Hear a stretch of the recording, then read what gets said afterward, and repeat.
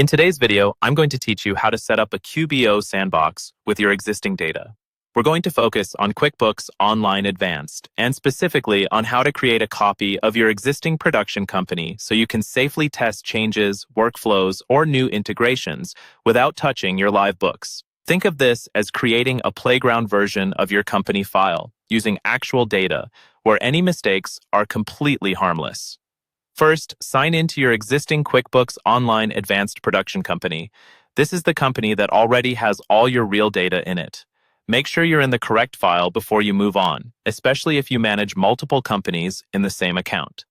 Once you're signed in, look towards the upper right-hand corner of your QuickBooks screen and click on the gear icon, which is the settings menu. From there, choose the option labeled Backup Company.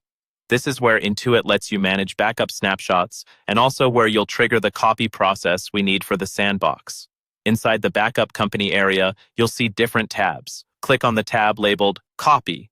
This is specifically designed for copying data from one advanced company to another, which is exactly what we want. Next, select Create Copy. This tells QuickBooks that you want to spin up a new instance of your data based on an existing backup. You'll now see a field or drop-down called Copy To. Here, you'll choose your destination company, which will be the company that acts as your sandbox.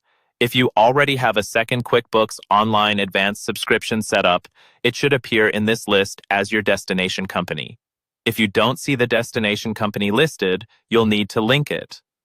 Look for an option to add a company, then follow the prompts to connect that second advanced subscription.